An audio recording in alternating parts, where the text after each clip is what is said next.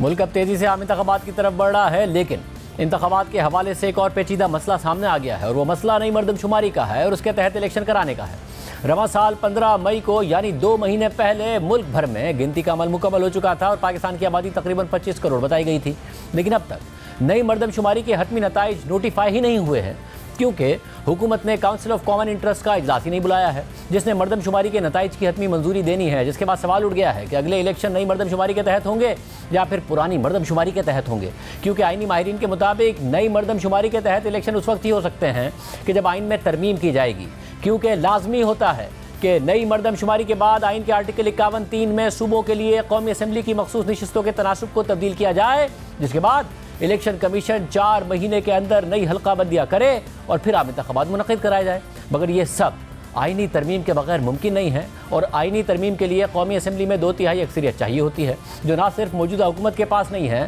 بلکہ تحریک انصاف کے استعفوں کی وجہ سے اسمبلی میں بھی نہیں ہے۔ لہٰذا بظاہر یہی لگ رہا ہے کہ اگلے الیکشن 2017 کی مردم شماری کے تحت ہی کرانے ہوں گے، تاہم خود حکومت بھی یہ واضح کر رہی ہے کہ الیکشن میں تاخیر نہیں ہوگی اور حکومت اپنی مدت سے آگے نہیں جائے گی۔ کل وزیر اعظم شہباز شریف نے واضح کیا کہ اگست میں ذمہ داری ڈگرا حکومت کے سپرد کر دیں گے، لیکن یہی نون لیگ تھی جس کا یہ موقف رہا ہے کہ اگلے انتخابات نئی مردم شماری کے تحت ہی ہوں گے۔ اس حوالے سے سب سے بڑی آواز وفاقی وزیر منصوبہ بندی احسن اقبال صاحب رہے ہیں۔ جب تحریک انصاف پنجاب اور خیبر پختونخوا میں الیکشن کا مطالبہ کر رہی تھی اسمبلیوں کی تحلیل کے بعد، تو احسن اقبال صاحب کا یہ موقف رہا ہے کہ پی ٹی آئی کے دور میں ہی کاؤنسل آف کامن انٹرسٹ یہ فیصلہ کر چکی ہے کہ اگلے عام انتخابات نئی مردم شماری کے تحت ہی ہوں گے۔ اسے یہ نہیں ہو سکتا کہ پنجاب اور خیبر پختونخوا کے انتخابات پرانی مردم شماری کے تحت کرا دیں اور پھر قومی اسمبلی، سندھ اسمبلی اور بلوچستان اسمبلی کے انتخابات نئی مردم شماری کے تحت کرا دیں۔ لیکن اب نئی مردم شماری کے تحت الیکشن کرانے میں قانونی اور آئینی پیچیدگیاں سامنے آ گئی ہیں۔ بات کریں گے وفاقی وزیر منصوبہ بندی احسن اقبال صاحب ہمارے ساتھ موجود ہیں۔ احسن اقبال صاحب بہت شکریہ۔ احسن اقبال صاحب ایک بڑا آئینی مسئلہ کھڑا ہو گیا ہے، کیا فیصلہ ہے آپ کا، نئی مردم شماری یا پرانی مردم شماری؟ اگر نئی کے تحت تو کاؤنسل آف کامن انٹرسٹ کا اجلاس کیوں نہیں بلا رہے ہیں آپ؟ وقت پر الیکشن نہیں ہو پائیں گے؟ جی بہت شکریہ شاہزیب۔ دیکھیے جب ہم نے یہ بات کی تھی تو اس وقت اوریجنل شیڈیول یہ تھا کہ 30 اپریل تک مردم شماری کے نتائج جو ہیں ان کو نوٹیفائی کر دیا جائے گا، لیکن جب مردم شماری کا عمل شروع ہوا تو صوبوں کی طرف سے بار بار یہ درخواست آئی کہ وہ اس کام کو مکمل کرنے کے لیے مزید مہلت چاہتے ہیں، اور یہ پھر تقریباً 15 مئی تک نتائج جو ہیں انہوں نے کہا کہ ہم انہیں حتمی شکل دے سکیں گے اور جو انیومریشن ہے اسے مکمل کر سکیں گے۔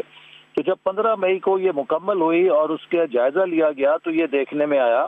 کہ کئی جگہوں پر ابھی بھی مردم شماری کا جو عمل ہے وہ مکمل نہیں ہو سکا، اس میں کہیں کریکشن کی یا ریکٹیفیکیشن کی گنجائش ہے، جس کے لیے پھر 31 مئی تک اس تاریخ کو صوبوں کے ساتھ مل کر بڑھایا گیا، اور جب اس کی حتمی شکل آئی تو پھر یہ چیز سامنے آئی کہ کچھ علاقے ایسے ہیں کہ جس میں غیر معمولی آبادی میں اضافہ ہوا ہے، تو پھر جو ڈیموگرافرز کی کمیٹی ہے اس کی یہ تجویز سامنے آئی کہ اس کو سپارکو کی مدد سے اور جو ان کی اسٹیٹسٹیکل ٹیکنیکس ہیں ان کی وجہ سے وہ جائزہ لیں گے کہ جو آؤٹ لائرز ہیں، جہاں پر بہت انڈر کاؤنٹنگ ہے یا جہاں پر بہت اوور کاؤنٹنگ ہے، اس کی کیا وجہ ہے۔ چونکہ یہ بات بھی ضروری ہے کہ جب کاؤنسل آف کامن انٹرسٹ میں یہ نتائج پیش کیے جائیں تو وہ بہت مستند ہونے چاہیے، اور چونکہ یہ ڈیجیٹلی سارا عمل کیا گیا ہے تو اس میں ویریفیکیشن کا عمل بہت آسان ہے۔ آپ آسانی سے دیکھ سکتے ہیں کہ اگر کسی جگہ غیر معمولی اوور کاؤنٹنگ ہوئی ہے تو اس کی کیا وجہ ہے، اور جیسے میں نے کہا کہ اس میں سپارکو کے ہم نے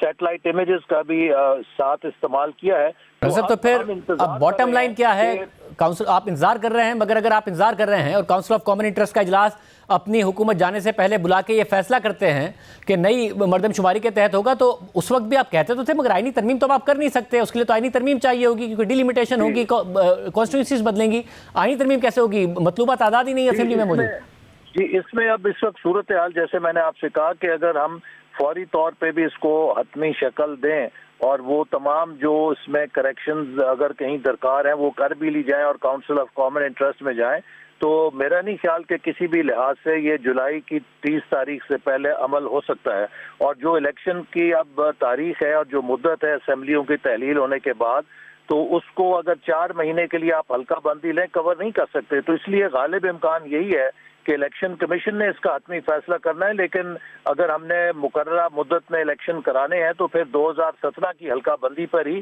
الیکشن کرانے ہوں گے۔ 2017 کی، مگر اگر الیکشن کمیشن کیسے فیصلہ کرے گا؟ کیونکہ اگر آپ یہ فیصلہ کر بھی لیں کہ نئی مردم شماری پر کرائیں گے تو آئینی ترمیم نہیں ہو سکتی ہے قومی اسمبلی میں، تو ہر صورت میں ہی پرانی مردم شماری پر الیکشن ہوں گے؟ جی اس میں وہ بھی ایک دقت ہے، چونکہ جو آئینی ترمیم ہے اس کے لیے 2/3 اکثریت درکار ہوتی ہے اسمبلی کے اندر، اور وہ دیکھنا پڑے گا کہ اس وقت اسمبلی کے اندر جو اراکین ہیں جو موجود ہیں وہ اگر ان کی پارلیمنٹ میں جوائنٹ پارلیمنٹ کے اندر بھی تعداد پوری ہوتی ہے یا نہیں ہوتی. لیکن جیسے میں نے کہا کہ اس صورت میں پوری ہو سکتی ہے کہ اگر تحریک انصاف آپ کا ساتھ دے، 100 کے 100 سینیٹرز موجود ہوں تو ہو سکتی ہے 2/3 اکثریت جوائنٹ سیشن میں، مگر تحریک انصاف کیوں ساتھ دے گی؟ کیونکہ مسئلہ یہ ہو جائے گا کہ اس کے بعد 4 مہینے ڈیلیمیٹیشن کے لیے چاہیے، پھر 2 مہینے الیکشن کمیشن نے وہ جو الیکشن کا ٹائم ہوتا ہے وہ دینا ہے، تو 6 مہینے یعنی کہ فروری مارچ تک الیکشن چلے جائیں گے. تحریک انصاف کیوں راضی ہوگی اس کام کے لیے؟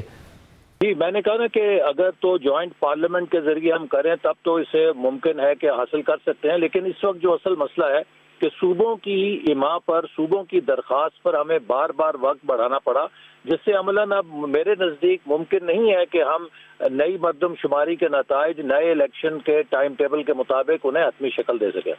صاحب تو پھر آپ کانفیڈنٹ ہیں کہ آپ لوگ ایسے ہی چلے جائیں گے اور پھر نگراں سیٹ اپ آئے گا اور وقت پر الیکشن ہو جائیں گے اکتوبر یا نومبر میں، یہ ڈیلے نہیں ہو رہے ہوں گے؟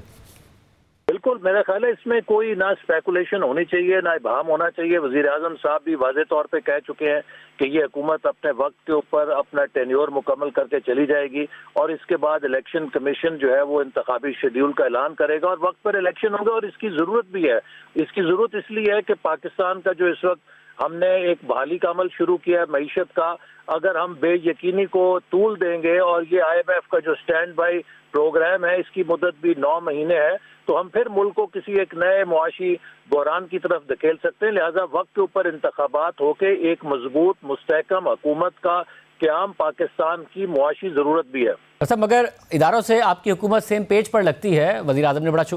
شکریہ بھی ادا کیا آرمی چیف کا کہ سعودی عرب سے پیسے ارینج کرنے میں ان کا بڑا کردار ہے،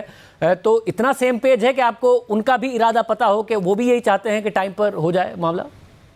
دیکھیے کسی کے پاس بھی آئین سے فرار آپشن نہیں ہے، اور اس وقت ہم جو ملک کی بحالی کا عمل کر رہے ہیں اس میں ہول آف گورنمنٹ اپروچ کے ساتھ ہول آف نیشن اپروچ چاہتے ہیں. اور اس وقت ملک کو اگر ہم نے ایک استحکام کی طرف لے جانا ہے اور معیشت کو سنبھالنا ہے تو اس ملک میں اب سیاسی بے یقینی یا سیاسی انتشار پیدا کرنے کی زیرو ٹالرنس کی گنجائش ہے. ہم سب کو آئین کے مطابق ایک مستحکم طریقے سے ٹرانزیشن کر کے ملک کے اندر ایک 5 سال کی مینڈیٹ اس لیے ضروری ہے کہ ملک کو اس وقت ریفارمز کی ضرورت ہے، اور جن ریفارمز کی ضرورت ہے وہ کسی غیر مستحکم بے یقینی کے نظام کے ساتھ یا ایک فریکچرڈ مینڈیٹ کے ساتھ نہیں آئیں گے. اور میں امید کرتا ہوں کہ اگلے الیکشن میں قوم ہمیں بھرپور مینڈیٹ دے گی تاکہ ہم پاکستان معاشی بحالی کے سفر کو پوری رفتار سے آگے لے کے جا سکیں. نگراں وزیر اعظم کا فیصلہ ہو گیا اتحادیوں کے درمیان؟ انشاءاللہ اتفاق رائے سے کر لیں گے، جیسے کہ تمام اتحادی تمام فیصلے اتفاق رائے سے کرتے رہے.